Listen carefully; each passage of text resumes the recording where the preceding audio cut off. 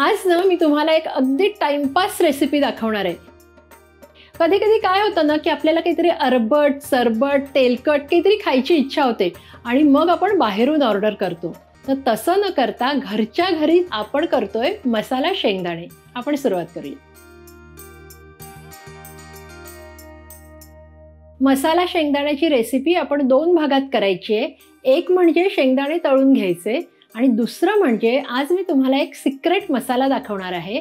ह्या सिक्रेट मसाल्यासाठी मी घेतलं इथे 1 टीस्पून मिरची पावडर, 1 टीस्पून मीठ, अर्धा टीस्पून जिरे पावडर, अर्धा टीस्पून धणे पावडर, 1 टीस्पून चाट मसाला आणि 2 टीस्पून पिठी साखर। आता आपल्याला फक्त हे सगळे मसाले मिक्स करायचे। हा मसाला तुम्ही अगदी कशाहीसाठी म्हणजे सँडविच म्हणा किंवा एखादा चाटचा प्रकार म्हणा कशासाठीही वापरू शकता। सिक्रेट मसाला तयार आहे। तर आता रेसिपीचा दुसरा भाग म्हणजे शेंगदाणे आपण तळून घ्यायचे। त्यासाठी मी 1 कप शेंगदाणे घेतलेले आहेत, ते आता एका बोलमध्ये काढून घेते। हे कच्चे शेंगदाणे घेतलेले आहेत आणि हे असे छोटे आणि पिंक कलरचे जे शेंगदाणे येतात ते ह्या रेसिपीसाठी आपल्याला घ्यायचे आहेत। आता ह्यात घालूया पाव कप बेसन आणि 2 टेबलस्पून तांदळाचं पीठ। आता ह्याच्यात काही मसाले घालायचे आहेत। इथे अर्धा टीस्पून हळद घेतलेली आहे, अर्धा टीस्पून जिरे पावडर, अर्धा टीस्पून धणे पावडर, 1 टीस्पून एवढी मिरची पावडर घेतली आहे आणि चवीप्रमाणे मीठ। तुम्ही जर ह्याच्यात नुसतं हळद मिरची पावडर आणि मीठ घातलं तरीसुद्धा चालणार आहे। पीठ आणि मसाले शेंगदाण्यात व्यवस्थित मिक्स करून घ्यायचे आहेत। आता ह्याच्यात अगदी थोडं थोडं पाणी घालून मिक्स करून घ्यायचं आहे। ह्याच्यात खूप पाणी घालून आपल्याला पातळ करायचं नाही आहे।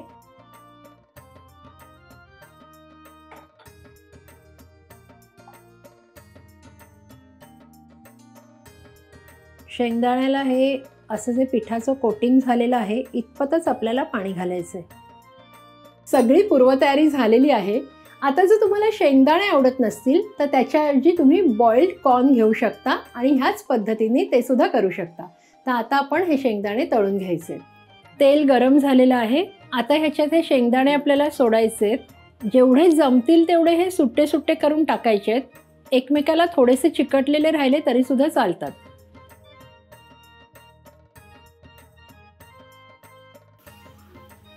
सुरुवातीला गॅस मोठा ठेवायचा आहे आणि नंतर गॅस मीडियम करायचे। सतत हलवत राहून हे शेंगदाणे आपल्याला तळून घ्यायचे। छान असे मस्त हे शेंगदाणे झालेले आहेत। आपण काढून घेऊया। अशा प्रकारे हे सगळे शेंगदाणे आपण तळून घेऊया।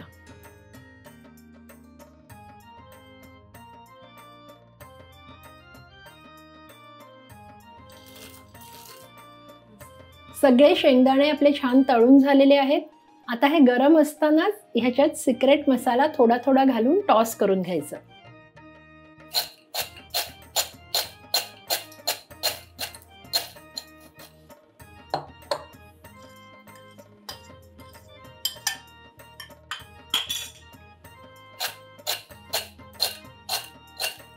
मसालेदार आणि कुरकुरीत शेंगदाण्याची रेसिपी तयार आहे।